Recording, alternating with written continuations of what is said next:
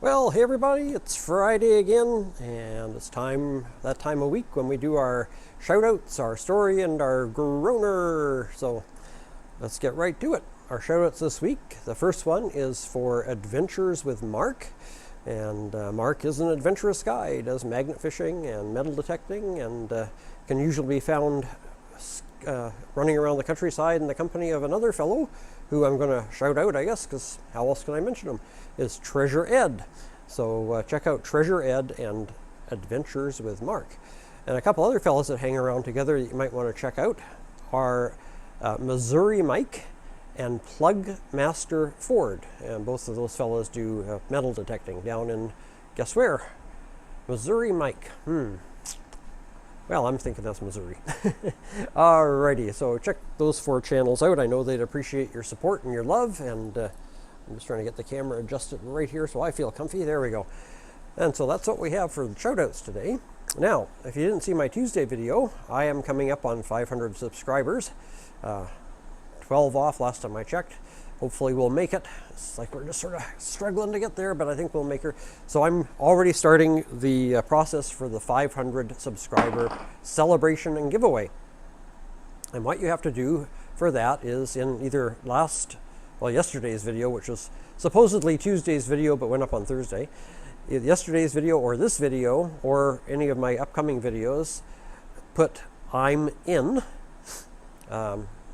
Be careful how you word the sentence, so I know that you're talking about the contest and not, something else. Like, yeah, I'm in on that.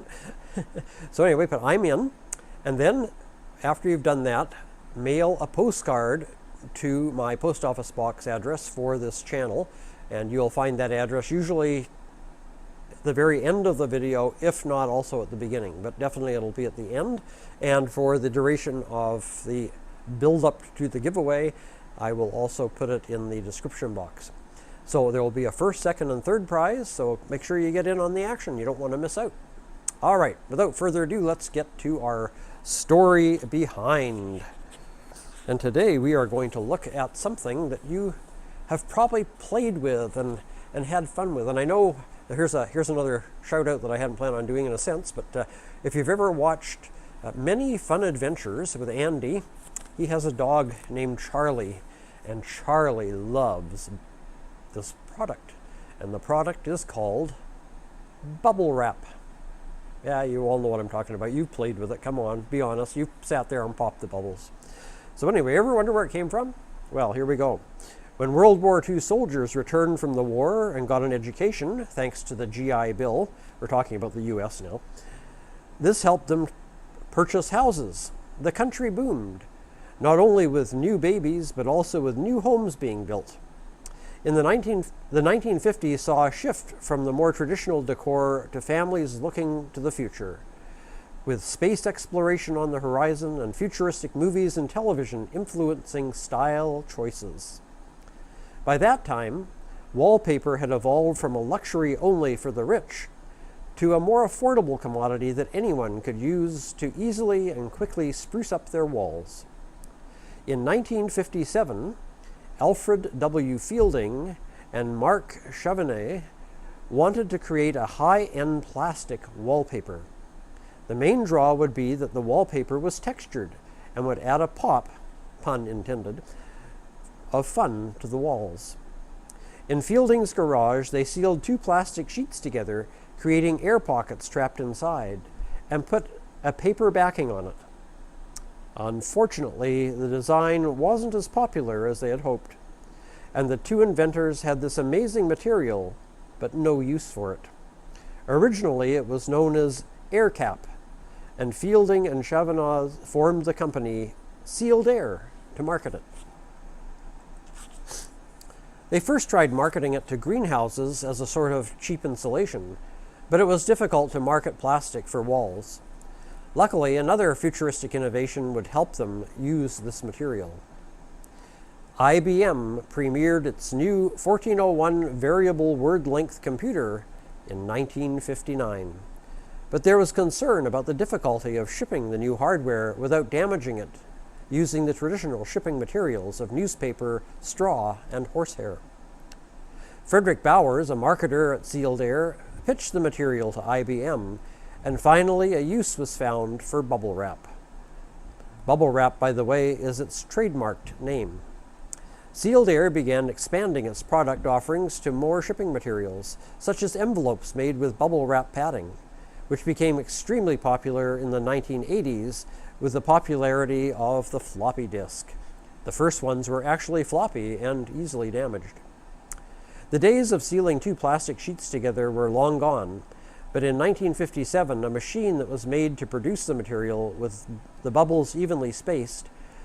The machine used today are not that different, although there are more of them and they are much bigger than the original, which was the size of a moderately priced sewing machine of that time.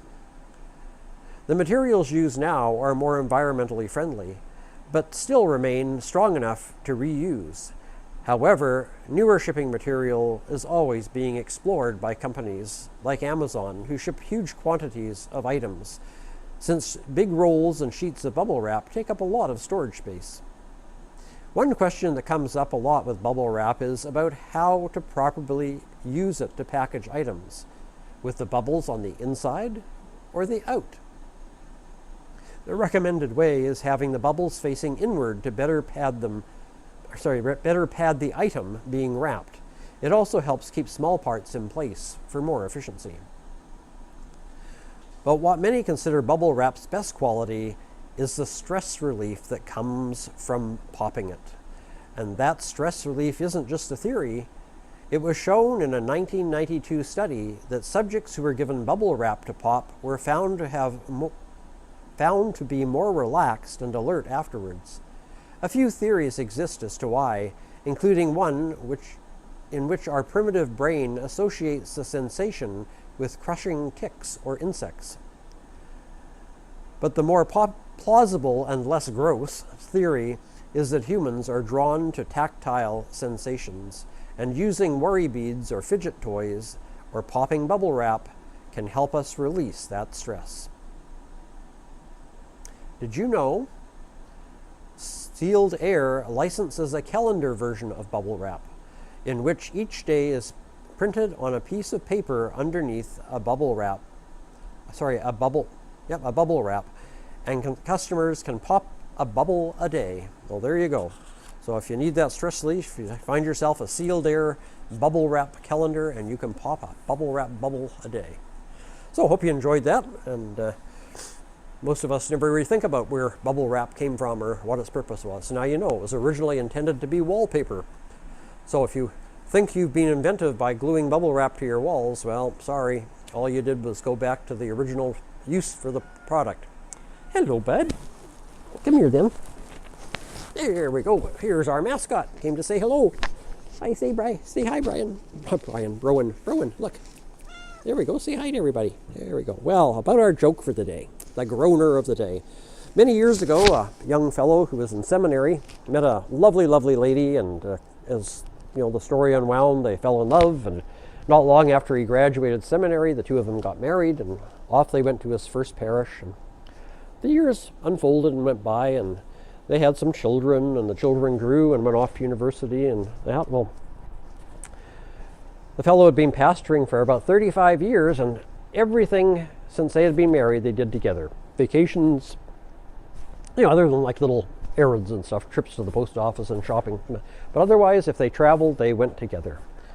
Well, suddenly the lovely bride's mother became ill, and so it was discussed, and because it was coming up on beginning of December, the pastor really didn't feel it would be fair to the congregation for him to go off with his wife to try and take care of his mother-in-law. So off she went by herself, and the pastor found himself alone for the first time in 35 years of marriage. And so things went well, and about 2 weeks went by, and his wife called and said that she would be home in a couple of days. And so he kind of looked around the house, and he'd been keeping it fairly decent, but he thought, I better do a real good cleaning before she gets home. So the evening before she was due to arrive home, he gets out the vacuum cleaner and the dust rags and the mop and you name it, and boy, he just gives that house a thorough cleaning. Well, when he gets to the master bedroom, he decides, oh, if I'm going to do this, I'm going to do it right. So he starts pulling furniture out. Sorry, I got cat hair up my nose. He starts pulling out furniture and cleaning underneath it and that. And he gets to the bed and he starts mopping under the bed with a dry mop. And he knocks something under the bed. So he gets down and he looks underneath and, well, here's a shoebox under the bed on his wife's side. And he thinks, well, that's kind of weird. Why would she keep shoes under the bed? So he pulls it out and he's going to put it in the closet with her other shoes. But then he feels something roll inside it. What's that? So he takes the lid off. Well, here inside the box is 3 eggs and a huge wad of cash. Well, he's not normally a nosy kind of guy, and he trusts his wife, but he just can't resist it, so he counts the money, and there's $2,650 in this wad of cash. $2,650. Well, why would you be keeping that under the bed? Well, he decides, well, they've always trusted each other and being good about minding each other's privacy and that, so he puts everything back and puts it back under the bed on her side. And assumes she has a reason for it. But of course, like all humans, he's curious. So by the time his wife arrives home the next day, his curiosity has about got him sitting on the edge of his seat, and he can't stand it. So after greeting her, and they sit down and they're having the supper he's prepared to welcome her home, and she tells him about her mother and how much better she's doing and how good her trip and visit was. And she says, well, how are things with you? And he says, oh, good, everything's going well in the parish, and we're coming up on Christmas here pretty quick. And he says, it's been good. And then she says, well, yeah, it's so nice to come home and the house is clean. And I thought I'd have to come home and start doing a major cleaning to catch up on the mess or something. So I really appreciate you having cleaned the house. And he says, I have to ask you a question. I have to be honest. He says, but when I cleaned the house, he said, under your side of the bed, and before he can go any further, she interrupts him and says, you found my shoebox. And he said, well, yeah. He says, what's that about? That's just weird. 3 eggs and $2,650 in cash? Like what? She said, you counted it? And he said, yeah, I'm sorry. He says, I just saw it. It was such a huge wad of cash, I couldn't resist finding out how much there was there. She goes, well, yeah, it's okay, no problem. And he says, well, what's with the 3 eggs? She goes, well, when you and I got married 35 years ago, I told myself that every time you preached a really lousy sermon, I was going to put an egg in my shoebox under the bed. And he stops and he thinks, wow, that's not bad. 35 years of being a pastor and preaching pretty much a sermon every Sunday, bar a couple of Sundays a week or a year when I went on vacation, but pretty much 35, or 52 sermons a year plus a few extra special ones, and only three lousy. Well, that's not bad. I did pretty good. And he goes, wow. He says, that's interesting. He says, but what's with the $2,650? And she said, oh, well, every time I got a dozen, I sold.